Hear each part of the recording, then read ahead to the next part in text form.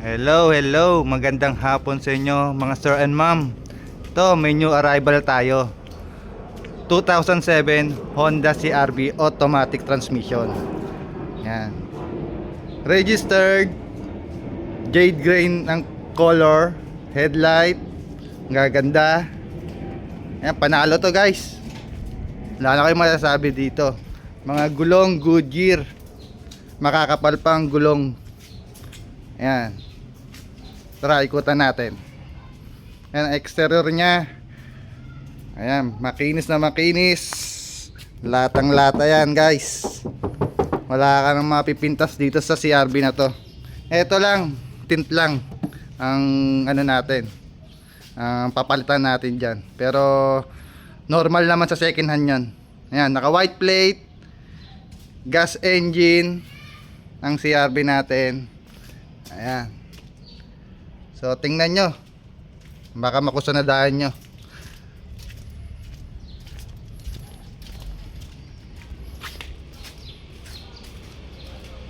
Check natin ang loob.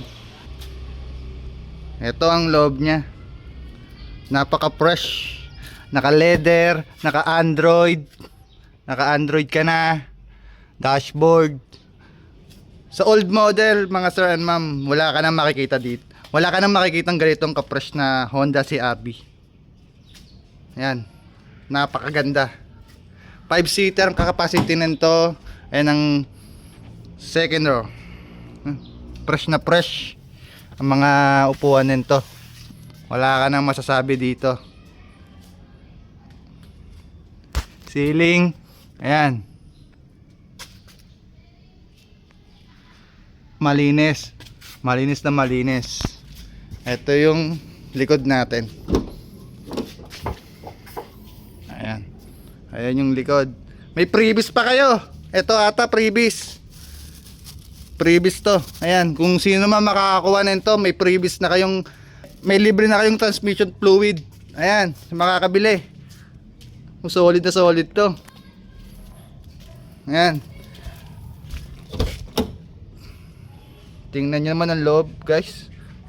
Parang hindi 2007 model to. Grabe.